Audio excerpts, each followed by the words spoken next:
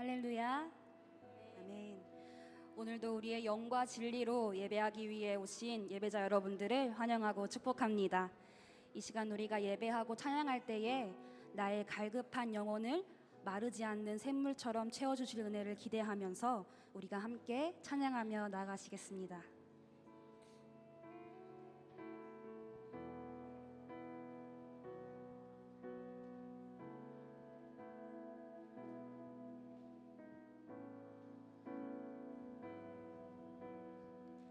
우리 모두 예배하는 자 되어 우리 모두 예배하는 자 되어 온전히 영과 진리로 주를 예배하자. 주가 우리와 함께 영원히 함께 하시고 마르지 않는 샘물로 우릴 채우시리라. 우리 모두 예배하는 자 되어 온전히 영과 진리로 주를 예배하자. 주가 우리와 함께 영원히 함께 하시고 마르지 않는 샘물로 우릴 채우시리라. 아멘.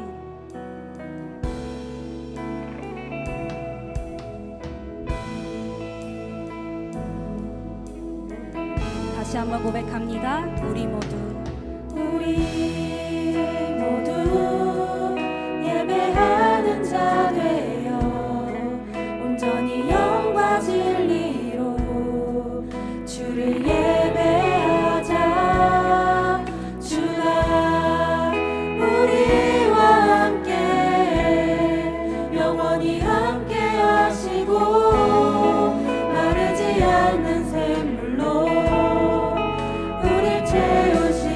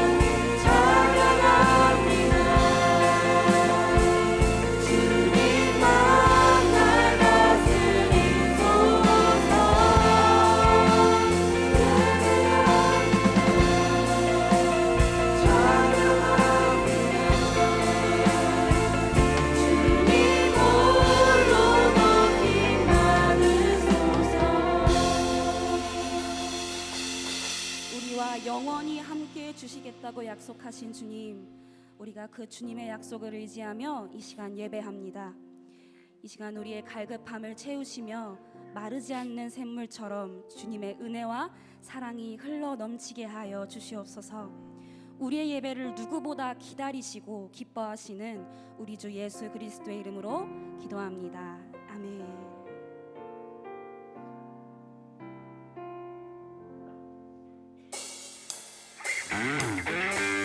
우리 함께 박수하시면서 찬양할까요?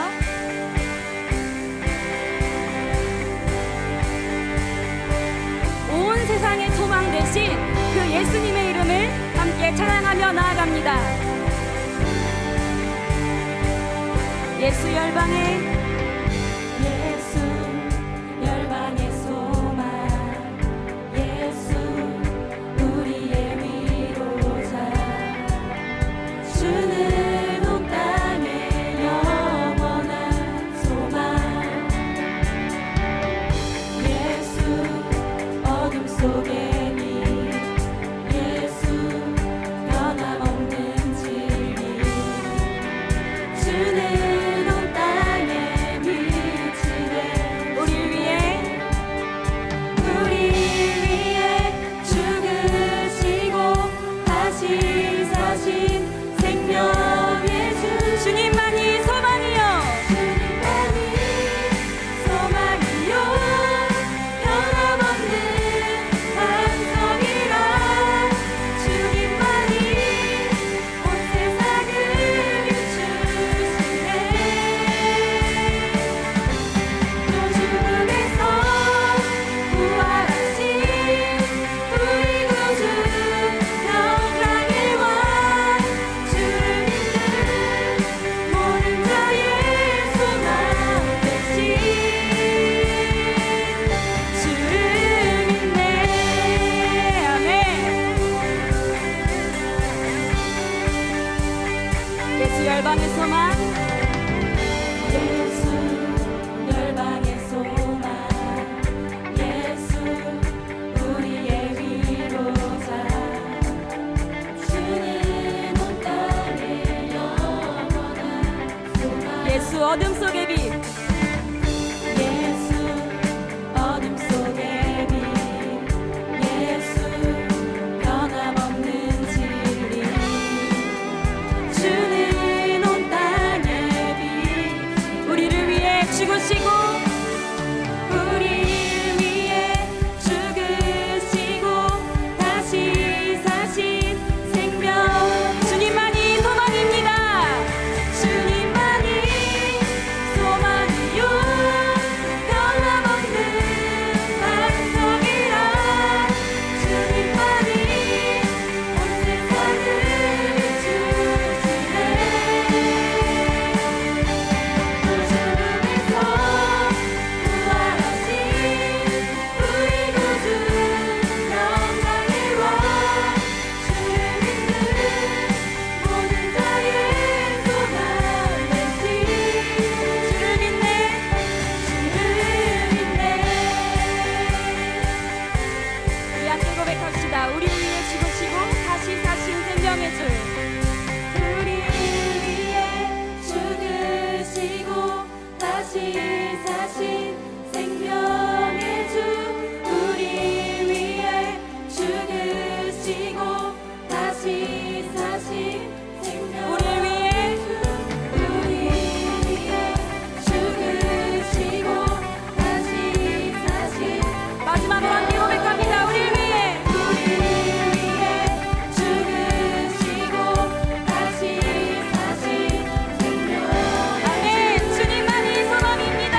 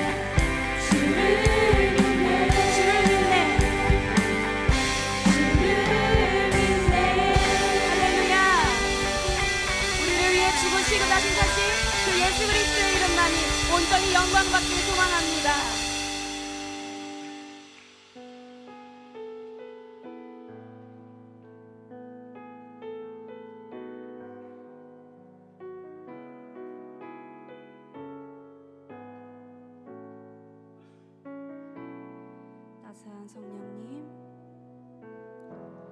따스한 성령님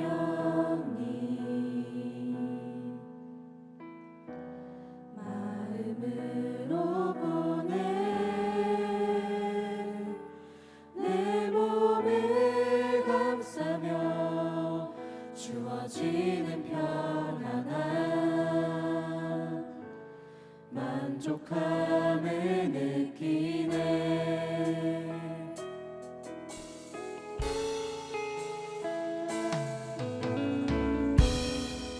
따스한 성령님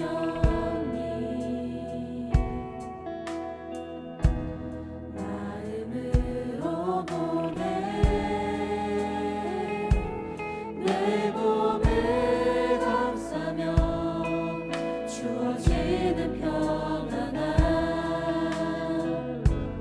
만족함을 부르신 느끼네. 곳에서 부르신 곳에서 나는 예배하네. 어떤 상황에도 나는 예배하네. 부르신 곳에서 나는 예배하네. 어떤 상황에도 나는 예배하네.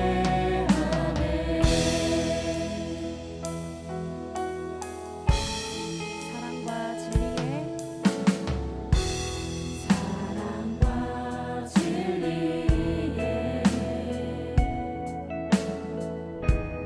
한 줄기 빛보내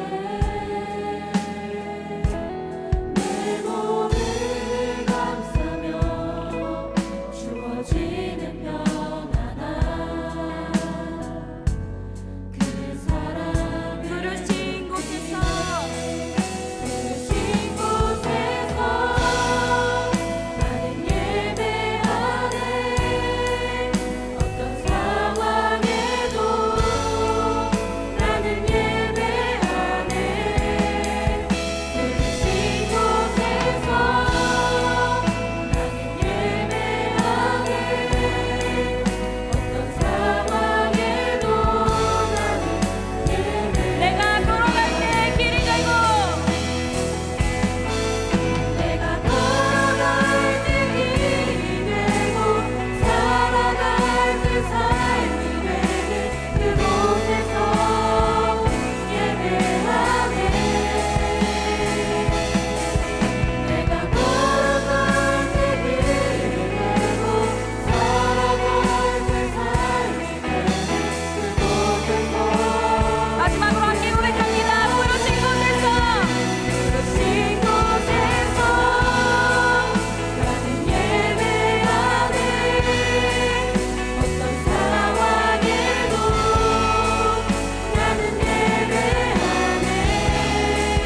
부르신 곳에서 나는 예배하네. 어떤 상황에도 나는 예배하네.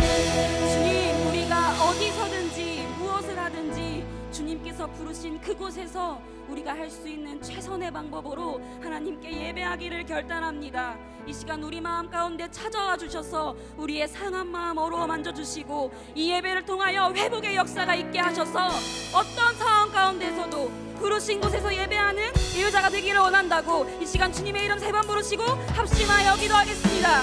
주여 주여 주여. 주님 이 시간 우리 가운데 함께하여 주시옵소서. 이 시간 우리가 주님만을 예배하며 나아갑니다. 이 시간 우리가 주님만 찬양하며 나아갑니다. 이 시간 가운데 함께해 주시옵소서. 우리 예배를 받아 주시옵소서. 주님 우리가 어디서든지 무엇을 하든지 주님께서 부르신 그런 가운데에서 우리가 할 수 있는 최선의 방법으로 함께 예배하기를 결단합니다. 우리 마음 가운데 상한 심령 있습니까? 우리 마음 가운데 어려움 있습니까? 이 시간 우리 가운데 찾아가주셔서 상한 마음으로 해주시고 예배 동안에 역사가 있게 하여 주시옵소서. 어떤 상황 가운데서 부르신 예배하기를 원합니다. 우리가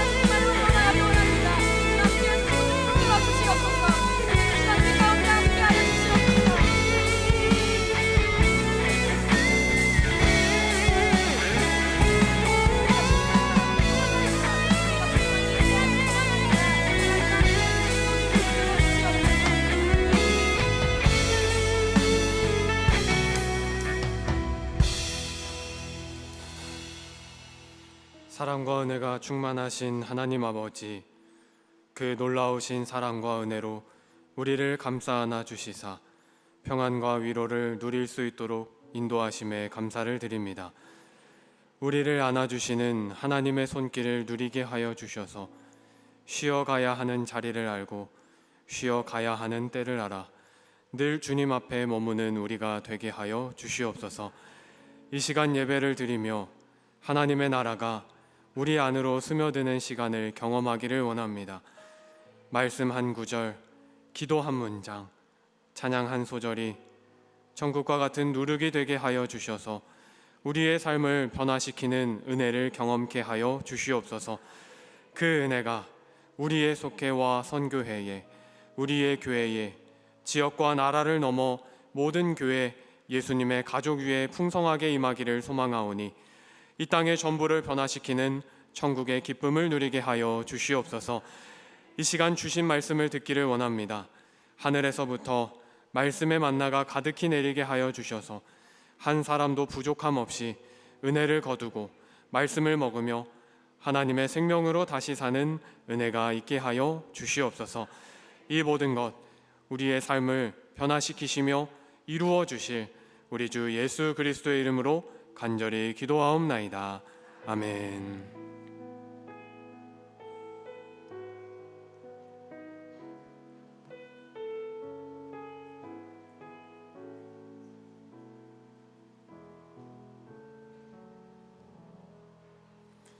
모두 자리에서 일어나 하나님의 말씀을 듣겠습니다.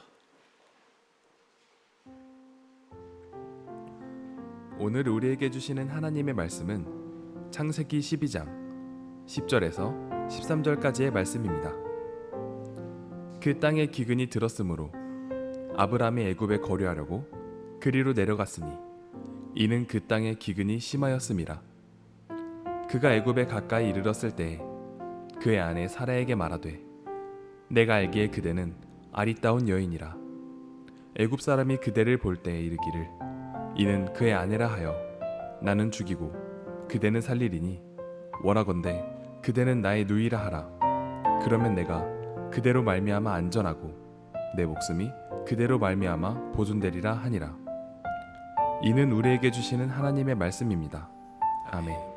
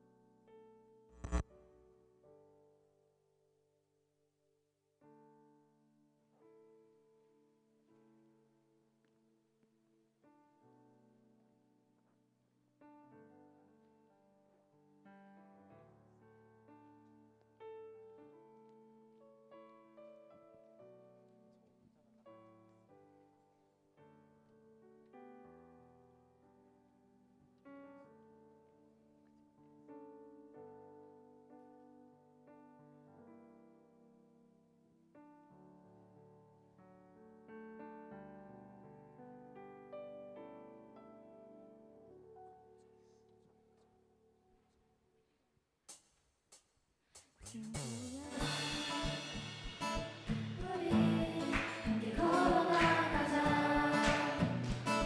때론 힘겨 넘어질지라도 우리 다시 일으킬 그 빛이 있으니 친구야 우리 서로 사랑하자. 조금 미련해 보이지고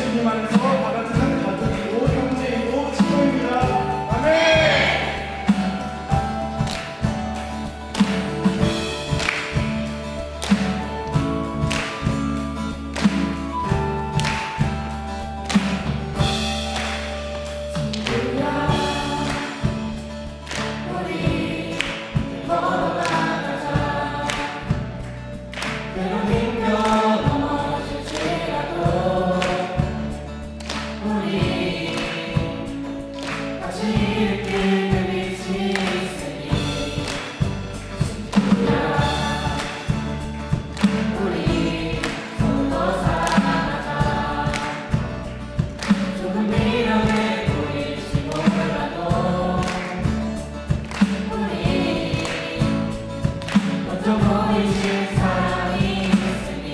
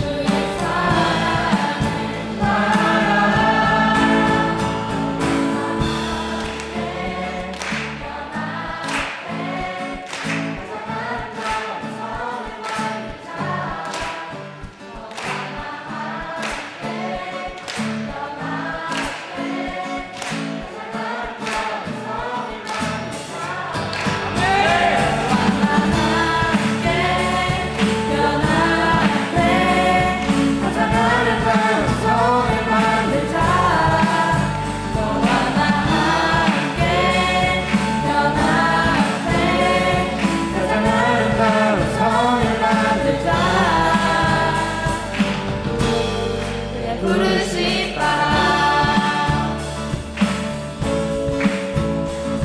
감사히 찬양했습니다.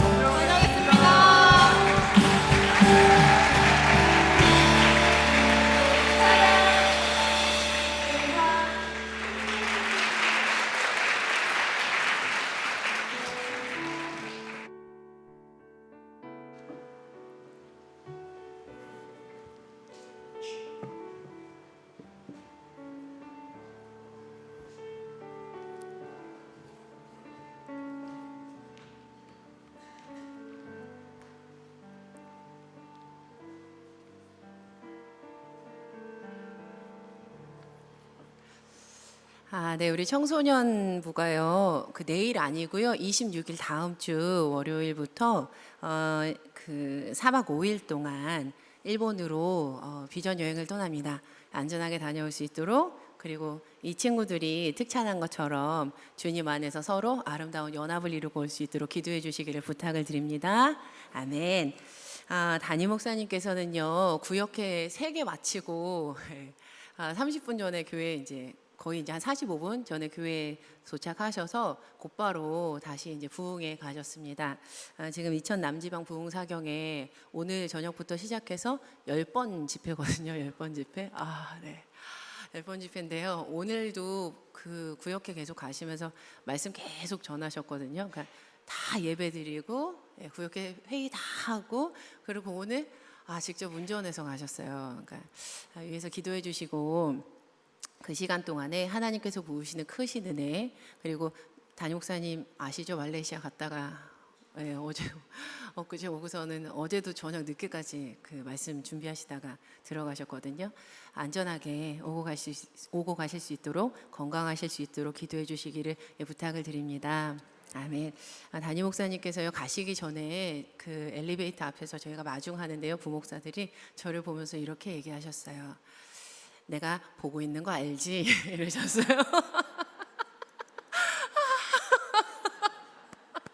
듣고 계실 것 같아요.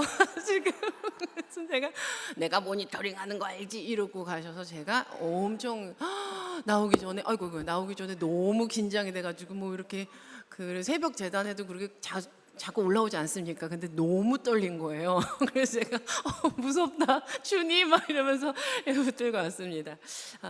오늘 설교 제목이요, 마침 실수와 실패 속에서도 하나님이거든요. 실수와 실패 속에서도 하나님. 부족하지만 실수와 실패 속에서도 하나님 붙드는 마음으로 같이 말씀 전하기 위해서 올라왔습니다. 하나님 말씀으로 들으시고 저에게 주시는 말씀, 우리 모두에게 주시는 말씀으로 예와 아멘으로 위로받으시고 주님 앞에 화답하는 시간 됐으면 참 좋겠습니다. 아멘. 네, 시작할게요. 솔직히요. 오늘 우리가 살아가는 한국 사회는 이 실수와 실패를 그렇게 잘 용납하지 않는 분위기인 것 같습니다. 사실은 용납하지 않는 경우들이 정말 참 많죠. 특별히 우리 청소년들 오늘 나와서 같이 찬양했는데 대학 입시를 목표로 하면서 학교에 다니는 학생들에게는 이 성적이라는 것이요. 성적에 실수했다, 성적에 실패했다, 삐끗했다라는 것이 마치 이 죽음과도 같은 그러한 두려움, 그런 단어일 때가 참 많을 것 같습니다. 우리 사회에서는요, 1등이 아니면 모두가 다 꼴등인 분위기가 굉장히 오랫동안 이어져 왔죠. 국제사회에 국제대회에 나가서요, 그곳에서 은메달을 땄어요. 2등 했어요. 국제사회에서 굉장히 잘한 거잖아요. 그런데 국제대회에 참가해서 은메달 따고도 우는 나라 있습니다. 네, 우리나라예요. 은메달 땄는데 너무 잘했다라기보다는 눈물 흘리는 게 우리 대한민국뿐인 것 같아요. 물론 근래에는요 굉장히 많이 이제 사회 분위기도 바뀌고 있고 바꾸려고 노력을 하고 있지만 여전히 우리 사회에는 암묵적으로 1등 무조건 금메달이어야만 성공한 인생이라고 은연중에 우리가 생각하고 있고 우리 찬양한 이 다음 세대에게도 그렇게 교육하고 있는 것 같아요. 그리고 이러한 현실 속에서 사실은 우리를 더 불안하게 만드는 그러한 진실이 하나 있죠. 아무리 한때 1등 했다 하더라도 내일은 1등이 아닐 수도 있다. 아무리 한때 잘 나갔다 하더라도 사람은 언젠가는 실수하고 실패할 수도 있는 나약한 존재이다라는 점이요. 유한한 우리가 참 이것을 유지하기에는 참 어렵죠. 아무리 잘난 사람이라도요 실수와 실패 안 하는 사람 없습니다. 단 한 사람도 없을 거예요. 그런데 이 실수와 실패를 이렇게 터부시하는 사회 문화 속에서 우리가 오랜 시간 동안 젖어서 이렇게 살다 보니까 내 인생에 어느 한 부분 조금만 좀 잘못돼 있는 것처럼 보이기라도 하면 이 삶 전체가 나의 인생 모든 것들이 돌이킬 수 없는 큰일이라도 일어날 것처럼 생각하는 사람들을 우리 주변에서 참 많이 보는 것, 그것이 오늘을 살아가는 우리네 현실입니다. 제가 뉴스 볼 때마다 진짜 듣기 싫은 그러한 소식이 있는데요. 바로 이제 성적 때문에, 미래 때문에 소중한 것들을 버리는 우리 이제 청소년들의 이야기. 그런 이야기는 정말 안 나왔으면 좋겠는데 잊을만 하면 한두 번씩 나오는 것 같아요. 이제는 그 연령대가 늦어져서요. 아동 우울증이란 이야기도 우리에게는 익숙하잖아요. 아동인데요. 어린이인데요. 어떻게 뒤에 이런 단어가 붙을까? 이런 생각을 좀 많이 해요. 이 밖에도 사회 문제로 떠오르고 있는 이야기들 제각각이고 참 많겠지만 이 모든 문제의 중심에 동일하게 관통하고 있는 한 가지 마음이 있습니다. 동일하게 관통하는 마음, 내 삶이 무언가 실수인 것 같아. 내 삶이 뭔가 실패한 것 같아. 내 삶이 무언가 잘못된 것 같아 라고 단정 짓는 감정이 이 안에 숨어 있다는 거예요. 정말 나와는 상관없는 이야기인가? 저는 차라리 정말 남 이야기면 너무 좋을 것 같아요. 그런데 우리와 모두 다 연결되어 있는 이야기고요. 지금 나에겐 그런 감정이 없다 할지라도 우리가 이렇게 공동체를 이루어서 살아가고 있는 오늘, 그리고 신앙의 공동체에서 이 가운데서 우리가 함께 예배드리고 있는 오늘, 우리 모두의 이야기이다. 나와 연결되어 있는 누군가의 이야기가 나의 이야기다. 우리들의 이야기다라는 것을 부정할 수는 없습니다. 혹시라도 이 자리 가운데에 아니면 영상으로 예배하고 계시는 분들 가운데에 여전히 실수와 실패가 없는 완벽하고 순전한 인생을 살기 위해서 몸부림치고 있는 분이 있지는 않으신지요? 아니면 벌써부터 어린 시절부터 내 인생 이거 내 인생 실수다, 이거 실패했다, 나 이거 틀렸다, 소망이 좀 없는 것 같다라고 생각하는 것을 마음에 품고 절망 속에서 살아가고 있는 이들은 없으신지요? 자, 우리 성도님들 마음에 새겨주세요. 마음에.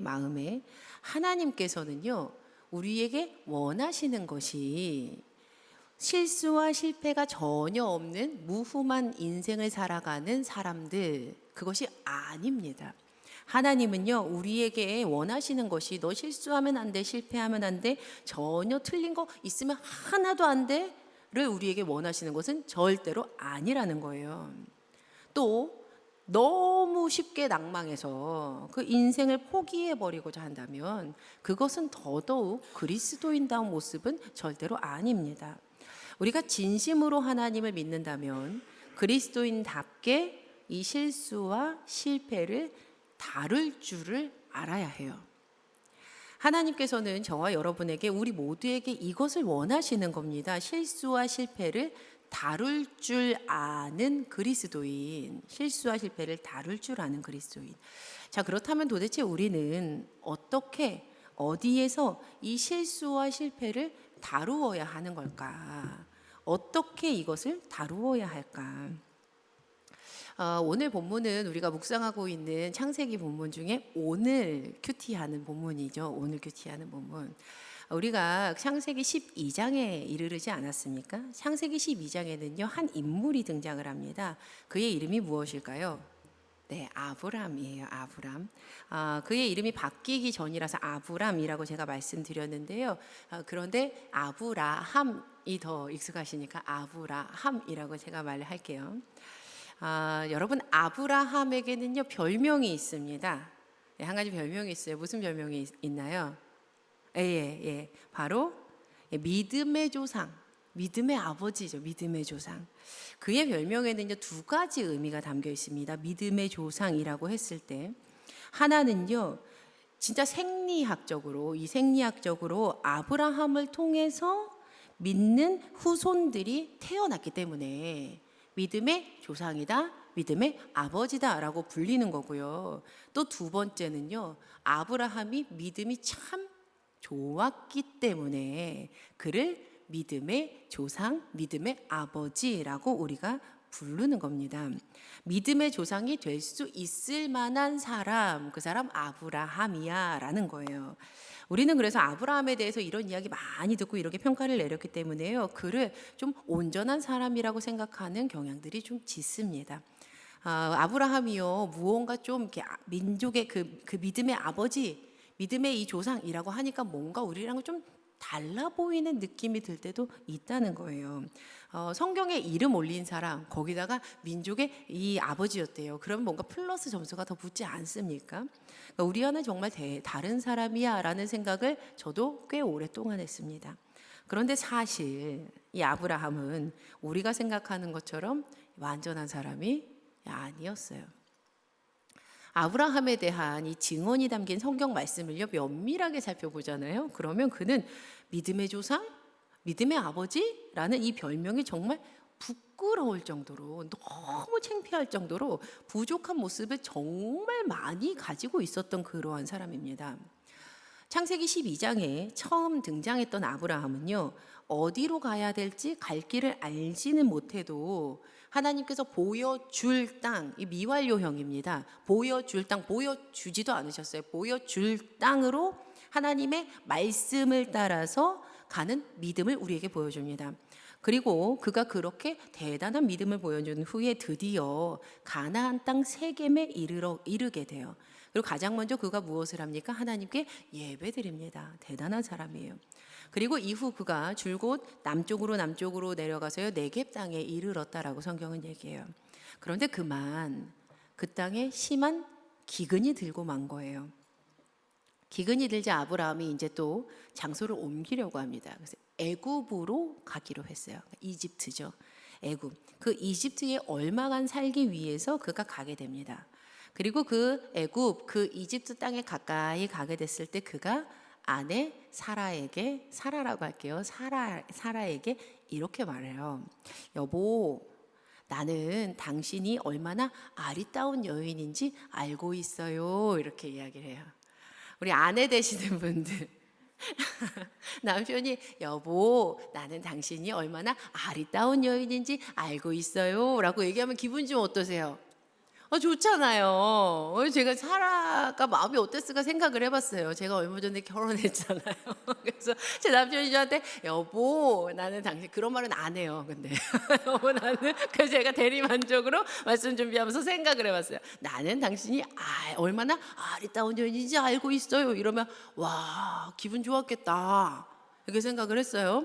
그런데 이 다음 말이 가관입니다. 그래서 당신이 너무 예쁘니까 이집트 사람들이 당신이 내 아내라는 사실을 알게 되면 나도 죽이고 나는 죽이고 당신은 살릴 거예요. 그러니까 당신을 내 동생이라고 하시오 이렇게 얘기를 합니다. 그렇게 해야 나도 내 목숨을 살게 되고 나 대접도 받고 당신 때문에 내 목숨도 부지할 수 있을 거예요. 이렇게 얘기를 하는 거예요. 이런 남편과 살고 싶으신가요? 아브라함의 말대로 진짜 이집트 사람들이 그 아내를 보니 사라를 보니까 정말 예뻤던 것 같아요. 사라가 정말 아름다운 여인이었었던 것 같습니다. 사라에 대한 소문이요 소문을 타고 넘어가서 드디어 바로에게까지 들리게 돼요. 그렇게 사라는 바로의 궁전으로 불려 들어가게 되죠.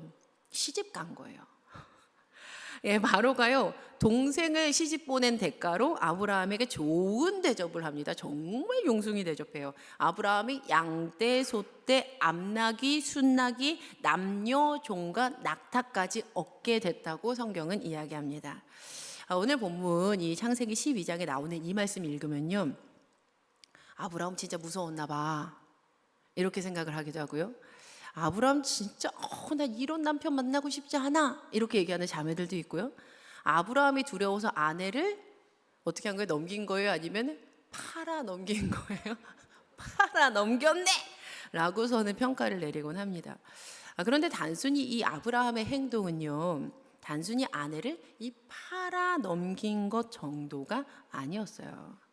실은 사실 아내를 이렇게 내 아내인데 이렇게 넘겼다 아내를 시집 보낸 거잖아요. 남편이 이 아내를 시집 보냈다 이거 단순한 행동은 아니지만 이 아내를 단순히 팔아 넘긴 것 이상이었다는 거예요. 창세기 11장 30절의 말씀을 보면요 성경은 이렇게 아브라함의 아내를 소개했습니다. 사레는 임신하지 못함으로 자식이 없었더라 이렇게 소개를 하면서 등장을 시켜요. 말씀을 통해서 알 수 있듯이 아브라함과 사라는요 자녀를 가질 수 없는 사람이었습니다. 처음부터 조건 자체가 안 됐어요. 하지만 하나님께서 그들을 하란에서 불러내시면서 이렇게 약속을 하세요. 사례는 아이를 가질 수 없는 여인이거든요. 그런데 12장 2절 말씀입니다. 이렇게 하나님 말씀하세요. 같이 읽어보시겠습니다. 시작. 내가 너로 큰 민족을 이루고 내게 복을 주어 내 이름을 창대하게 하리니 너는 복이 될지라. 하나님 지금 뭐라고 얘기하시는 거예요? 내가 너로 어떻게 하신대요? 큰 민족을 이루시겠다는 거예요. 자, 성도님들 보세요. 아내 사례는요 임신을 할 수가 없는 여인이었어요. 그렇죠? 그런데 하나님은 전혀 다른 얘기를 하시면서 그들을 하란에서 이끌어내십니다. 내가 너희를 큰 민족을 이루시겠다는 거예요. 그런데 여기서 질문이 있어요. 성도님들, 자녀를 낳는 것은, 아이를 가지는 것은, 요즘 저를 만나면 계속 물어보시는데 없어요 아직. 자녀를 낳는 것은 아브라함 남자 혼자서 할 수 있는 일입니까? 아브라함에게는요 아내 하나밖에 없어요. 지금 아내가 한 명이에요. 자, 그러면 아브라함 혼자서 아이를 가질 수 있는 일은 절대로 아니에요. 당연한 일입니다. 아브라함 혼자만의 일이 아니에요. 자, 그렇다면 부부가 함께 있어야 하는 일이겠지요. 그의 아내는 누구입니까? 사라예요. 사라.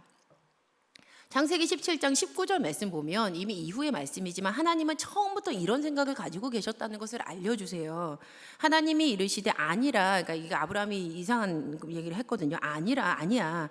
내 아내 사라가 내게 아들을 낳으리니 너는 그 이름을 이삭이라 하라. 내가 그와 내 언약을 세우리니 그의 후손에게 영원한 언약이 되리라. 언약이라는 말씀까지 하나님 하십니다. 자, 그렇다면 엄밀히 따져볼 때 하나님께서는 아브라함뿐만 아니라 사라에게도 함께 언약을 하신 거예요. 그렇죠? 그렇게 되겠죠? 사라가 있어야만 그럼 하나님의 언약이 이루어지는 거예요. 사라가 함께 있어야 하나님의 언약이 이루어지는 겁니다. 그렇겠죠? 그런데 지금 아브라함이 이집트에서 무슨 짓을 한 겁니까? 무슨 일을 한 거예요? 아브라함은 사라를 놓아버림으로 하나님의 언약까지 사실은 흐리게 만든 겁니다. 창세기 12장 15절 말씀 보니까 바로의 고관들도 그를 보고 바로 앞에서 칭찬함으로, 이거 사라를 칭찬한 거예요. 그 여인을 바로의 궁으로 이끌어들인지라. 이거는 단순히 저 나쁜 남편 이런 정도의 의미가 아닙니다. 그러나 우리에게 소망이 되는 것은 하나님은 하나님의 언약을요, 사람의 실수로 인해서 망가뜨리는 분이 절대로 아니시라는 사실이에요. 하나님의 일은 하나님이 하십니다. 할렐루야. 아멘. 결국 하나님의 그 은혜로 사라는 아브라함의 품으로 다시 돌아오게 됐습니다. 안전하게 다시 하나님이 아브라함과 함께 살아갈 수 있도록 상황을 정리를 해주셨어요. 여기서 다시 묻는 아브라함의 별명이 뭐라고요? 처음보다 목소리가 작아지셨어요. 믿음의 조상이요. 믿음의 조상. 아브라함은 무서워서 아내를 판 것 이상이었어요. 하나님과의 언약, 약속, 그 믿음을 저버린 거예요. 믿음의 조상 아브라함이요, 자신의 인생을 이끌었던 주님의 언약, 너에게 복을 줘서 내 민족을 창대하게 하시겠다는 언약이잖아요. 자기를 그 아무것도 보지 않았던 곳에서 이끌었던 그 언약, 그 전부를 실은 사실은 팔아버리는 실수를 저질렀다는 거예요. 대범하게 보이지 않았던 그 하나님의 약속의 말씀을 따라서 떡하니 떠나왔는데 그 약속을 끝내버릴 수도 있는 진짜 큰 실수, 그 큰 실패를 이 지점에서 저질러 버린 겁니다. 그런데 아브라함의 실수가요, 여기서 그치지가 않아요. 어째요? 앞으로 우리가 이제 새벽에 말씀 묵상하시면서 큐티 하시면서 보실 내용인데, 사라에게 하갈이라는 여종이 하나 있었죠. 사라가 아무리 기다려도 자기에게 아기가 생기지 않자 아브라함에게 하갈을 통해서 자녀를 낳아보라고 부축입니다. 아브라함이 이 계획에 어떻게 해요? 오케이 사인을 해요. 오케이 한단 말이에요. 그래서 그가 이스마엘을 낳게 되죠. 성도님들, 하나님께서는 다른 사람에게서 자녀를 낳으라고 하지 않으셨어요. 다른 아내를 두어서 자녀를 낳으라고 말씀하지 않으셨어요. 사라에게 낳아야 그 민족을 이어가실 거다라고 말씀을 하셨어요. 이 말씀은요, 아브라함이 직접 하나님과의 관계를 통해서 들은 겁니다. 그의 귀로 직접 들은 거예요.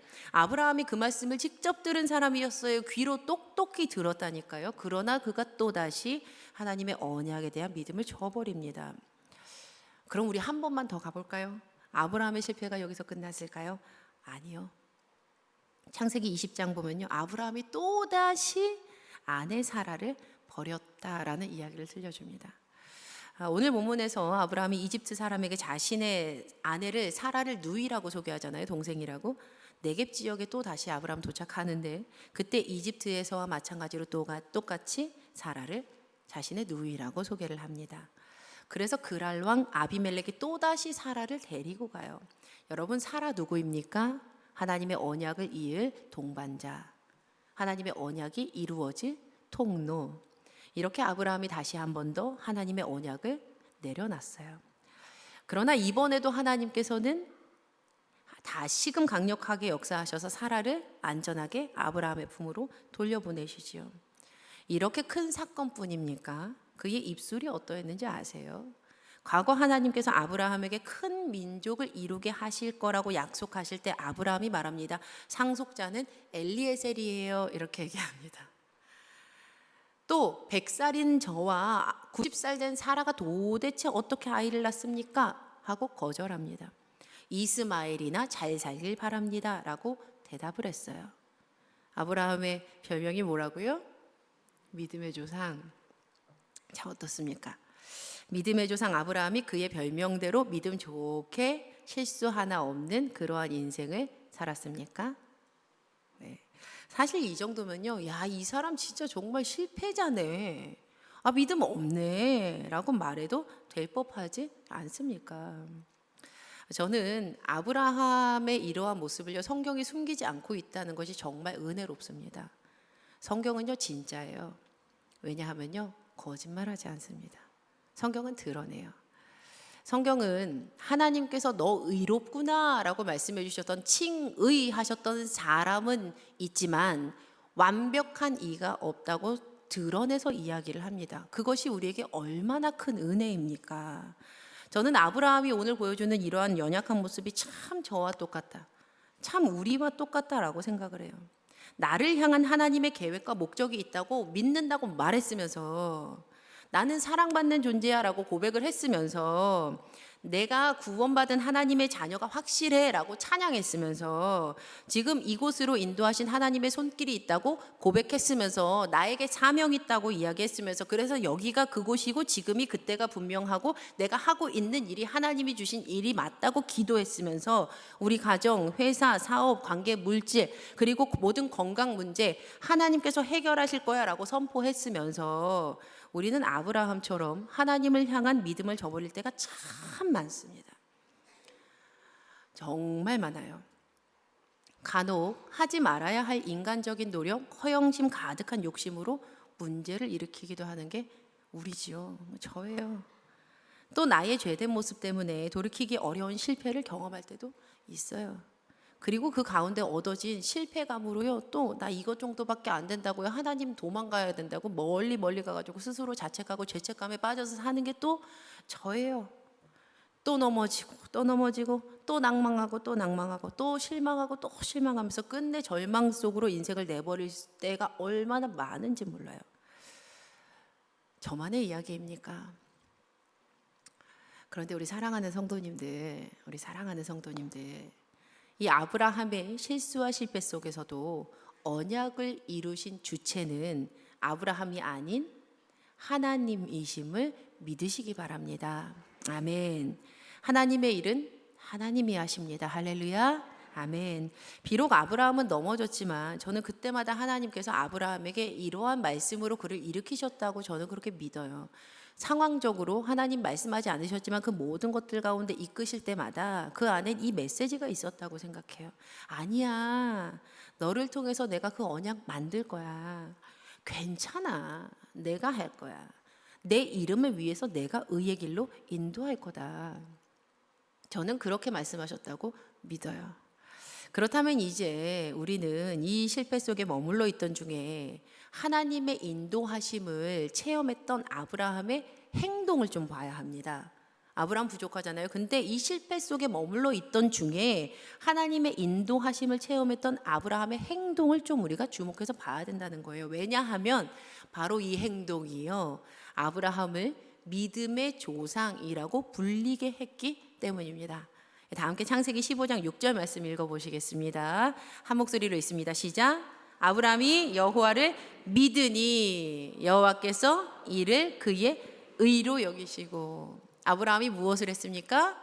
여호와를 믿으니, 하나님을 믿은 거예요. 아브라함은 실수투성이인, 먼지투성이인 자신의 인생을 돌보시는 하나님을 믿었어요.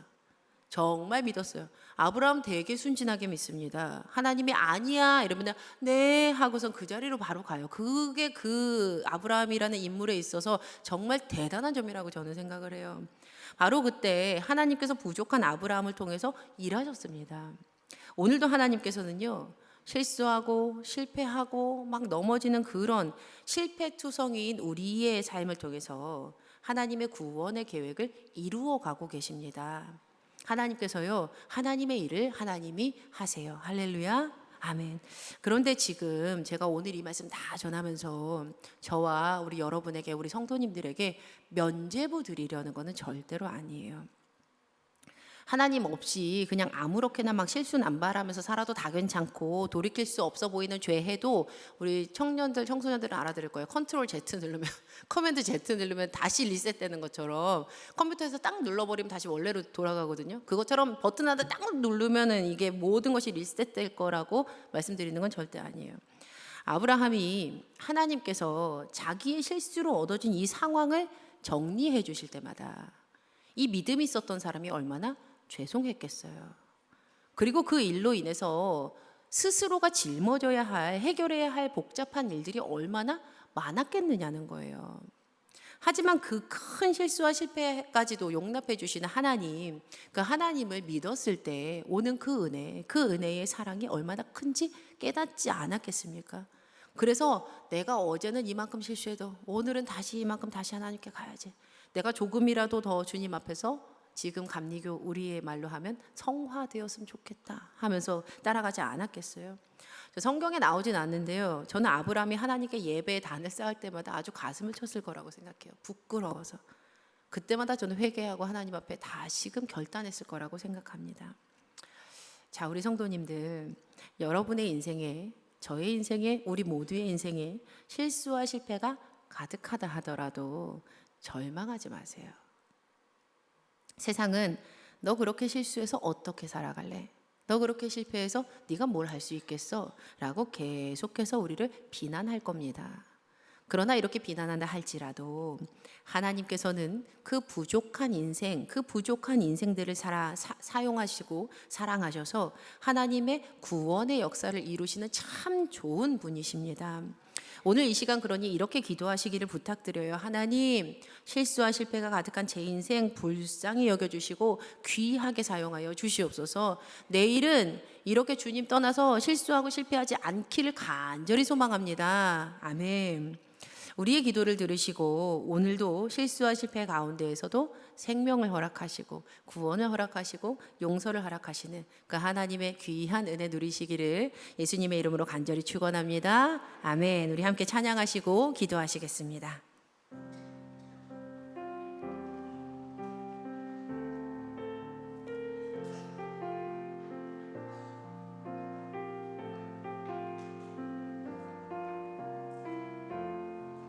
모든 상황 속에서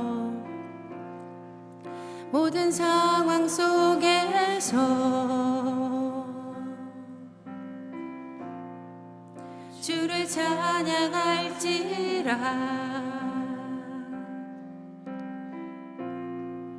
주는 너의 큰 상급,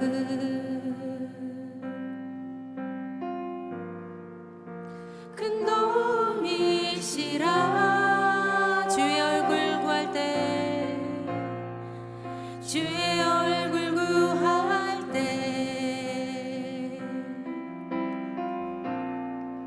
주의 영을 부으사 크신 사랑 안에서 주를 보게 하소서. 내 영혼이 확정되었사오니, 내 영혼이 확정되었사오니 믿음의 눈 들어 주를 바라봅니다. 내 영혼이 확정되었사오니 믿음의 눈 들어 주를 바라봅니다.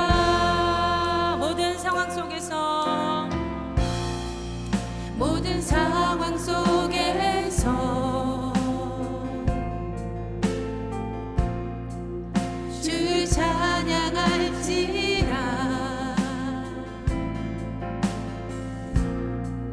주는 너의 큰 상급,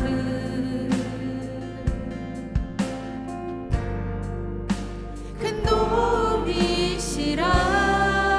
주의 얼굴 구할 때, 주의 얼굴 구할 때, 주의 영을 부으사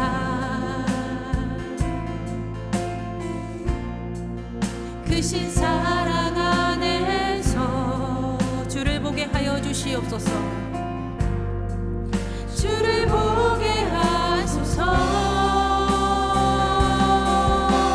내 영혼이 확정되고, 내 영혼이 확정되었사오니 믿음의 눈 들어 주를 바라보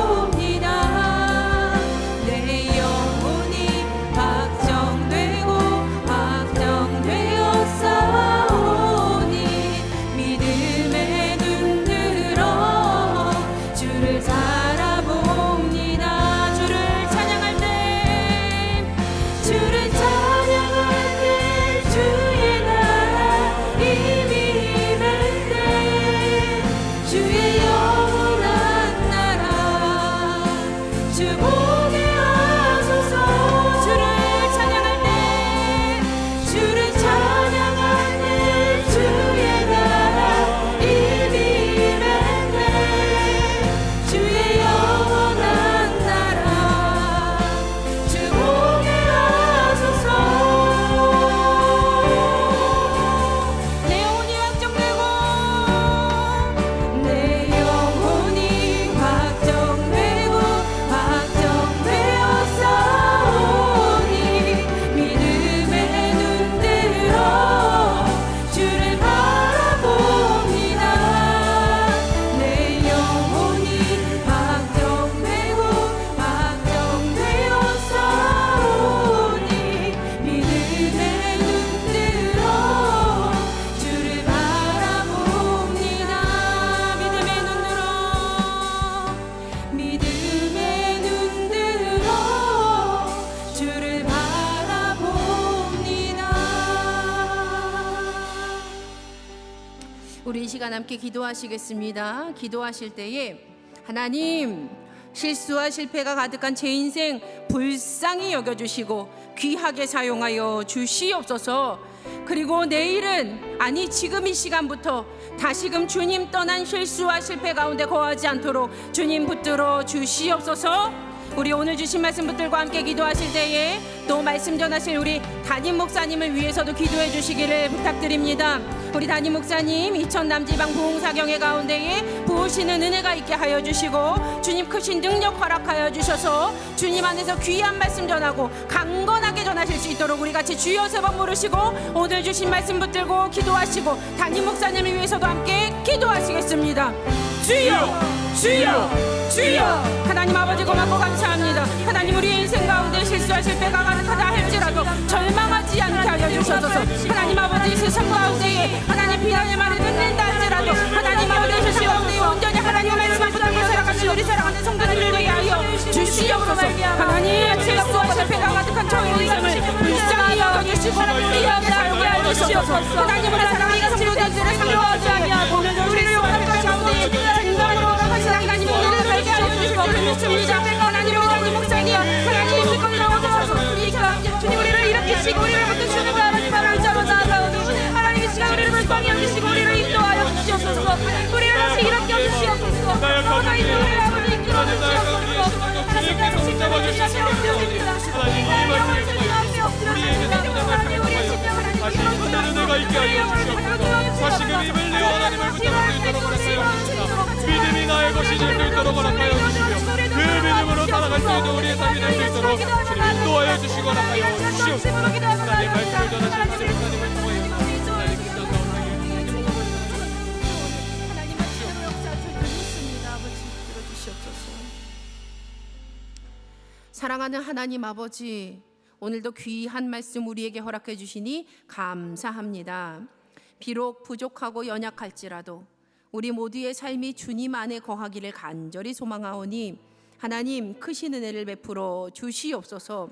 세상의 소리에 귀를 기울이며 실수와 실패로 얼룩진 인생 되지 않게 하여 주시고 부족한 모습일지라도 그대로 주님 앞에 나와 용서받고 위로받으며 세임을 얻어 다시금 주님의 거룩한 자녀로 귀하게 쓰임받게 하여 주시옵소서.